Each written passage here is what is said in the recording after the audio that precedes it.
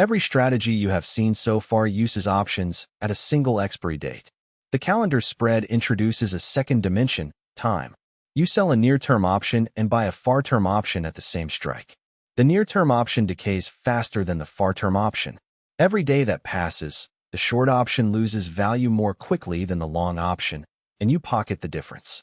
If the stock stays near the strike through the front-month expiry, you keep the full premium from the short option while your long option retains most of its value. You can then sell another near-term option the following month and repeat the process, collecting income month after month against a long-term position you have already paid for.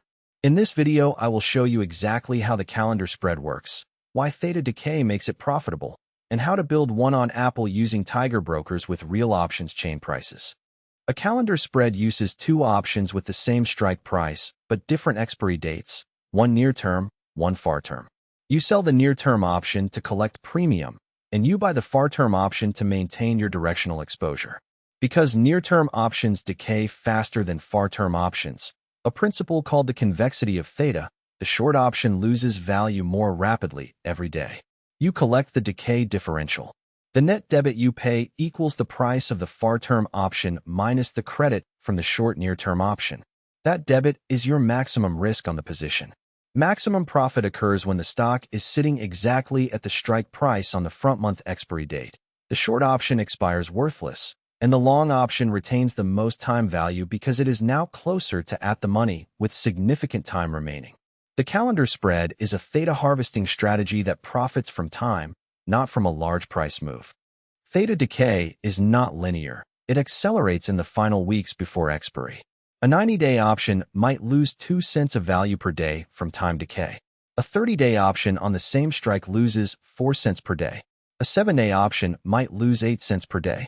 By selling the near-term option and buying the far-term option, you are on the right side of this acceleration.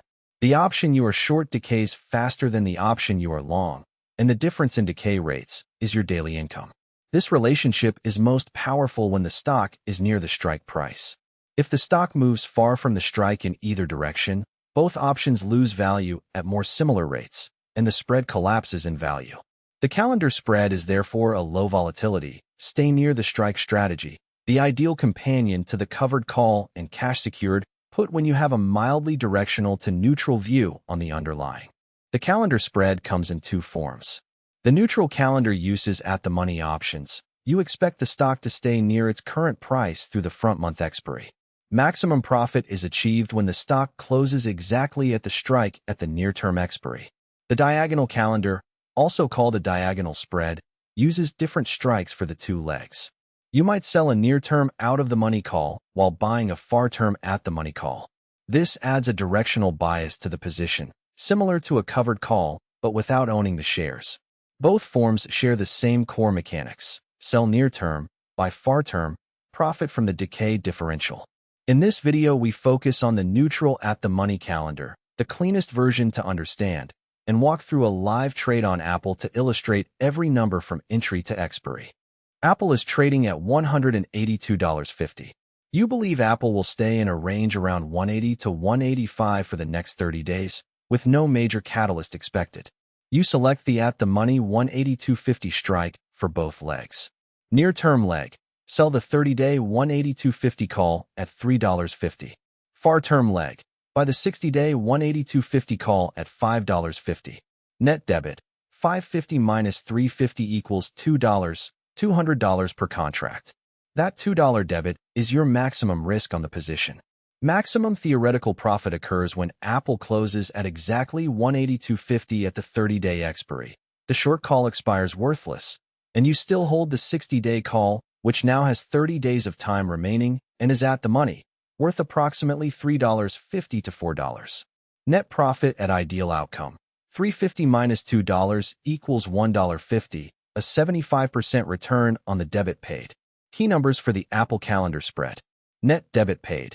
$2, $200 per contract. Maximum risk, $2, the full debit, if the stock moves dramatically in either direction before front-month expiry.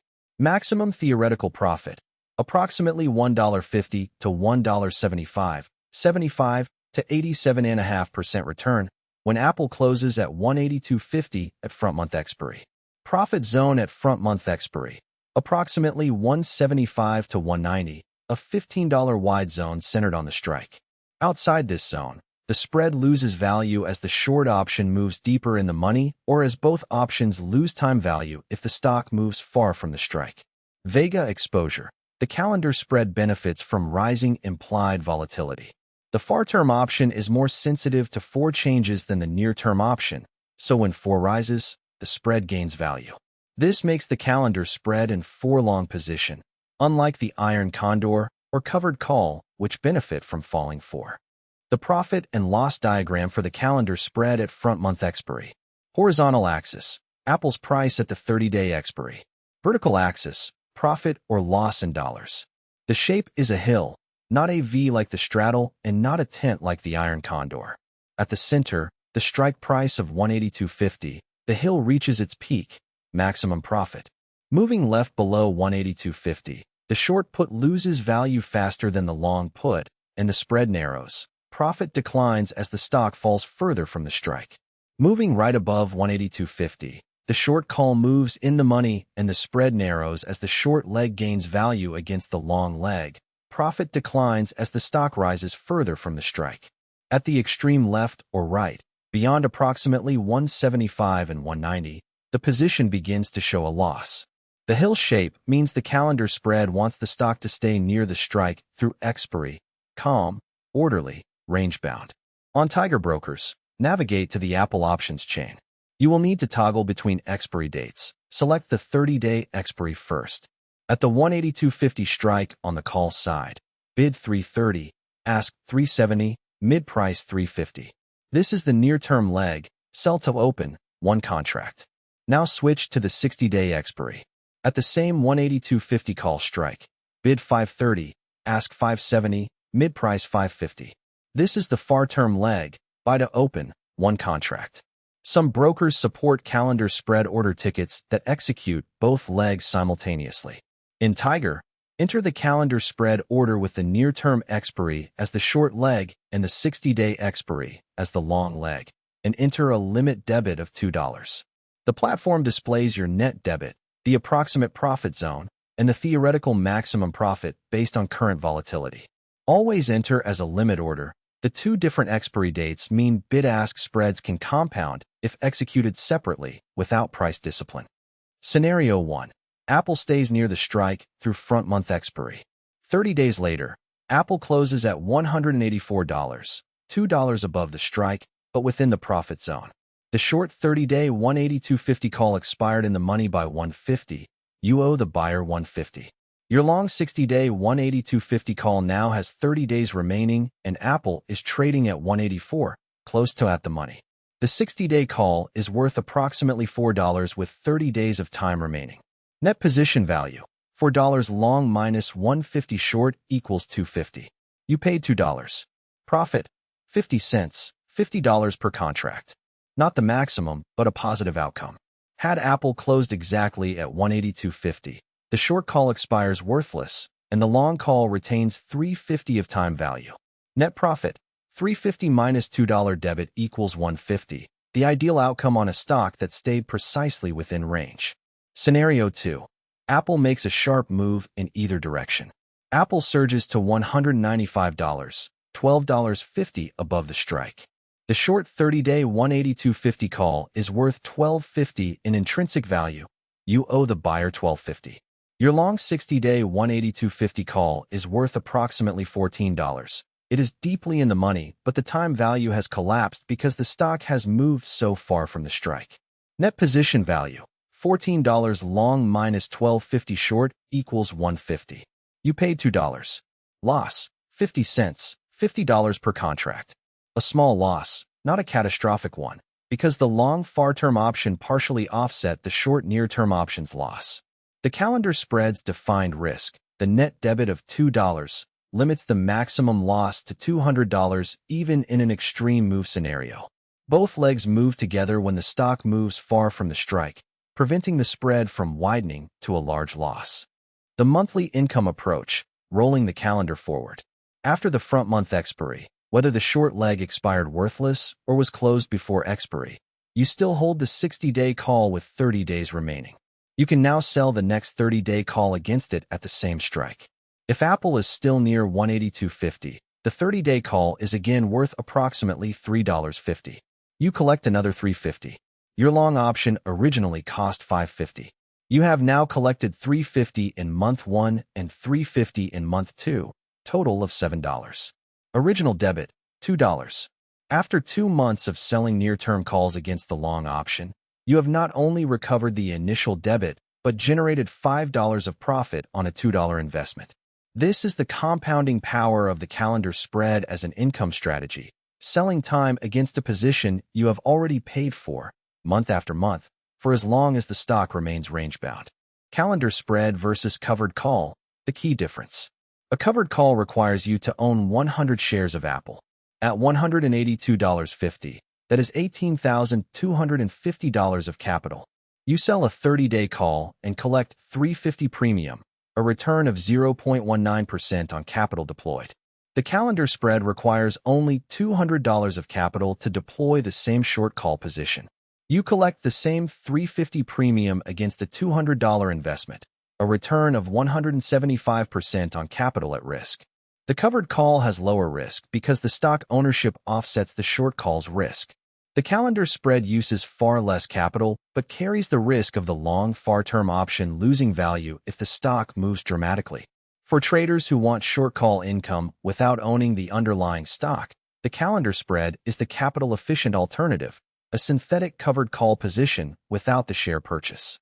For conditions where the calendar spread is the correct strategy. 1. The stock is range-bound near a specific price level you can identify as the ideal strike. Too much movement in either direction collapses the spread. 2. Implied volatility is relatively low. The calendar spread benefits from rising 4. So entering in a low 4 environment gives it room to expand in value before the short leg expires. 3. You want income from a stock you do not own. The calendar achieves short call income without the capital commitment of buying 100 shares. 4. You have identified a specific near-term catalyst that will keep the stock pinned to a price level, for example, a technical support level, a dividend date, or a period of historically low volatility. Avoid calendar spreads immediately before a binary event that could cause a large gap. The move away from the strike will destroy the spread's value quickly, and the defined risk of the $2 debit will be fully realized. Complete calendar spread on one page. Underlying, Apple at $182.50. Strategy, neutral calendar spread, range-bound outlook, theta harvesting. Near-term leg, sell 1 Apple 182.50 call, 30 DTE, at $3.50. Far-term leg, buy 1 Apple 182.50 call, 60 DTE, at $5.50. Net debit, $2, $200 per contract. Maximum risk, $2, $200. Maximum theoretical profit, approximately $1.50 to $1.75 at front-month expiry, when Apple closes at the strike. Profit zone at front-month expiry, approximately $175 to $190. For sensitivity, benefits from rising implied volatility. The far-term option gains more than the near-term when 4 expands. Roll strategy. After front-month expiry, sell the next 30-day call against the remaining 60-day long call, collecting another monthly credit. Target, recover full debit in month 1, generate net profit from month 2 onward. Entry condition, stock range-bound, for moderate to low, no binary events in front-month window. Here is what you now know. 1. The calendar spread sells a near-term option and buys a far-term option at the same strike, collecting the differential in theta decay rates between the 2 expiries. 2. Maximum profit occurs when the stock closes exactly at the strike at front-month expiry. The short option expires worthless, while the long option retains substantial time value. 3. The spread benefits from rising implied volatility because the far-term option is more force-sensitive than the near-term option. 4. The calendar can be rolled month after month, selling a new near-term option after each expiry to continuously harvest theta against the long far-term position. 5. Enter in low 4, range-bound conditions with no binary events in the near-term window. The calendar spread is the income generator for traders who want monthly premium without owning the stock. Series 2 continues with leaps, the strategy that lets you control 100 shares of Apple for a fraction of the price. Video 18.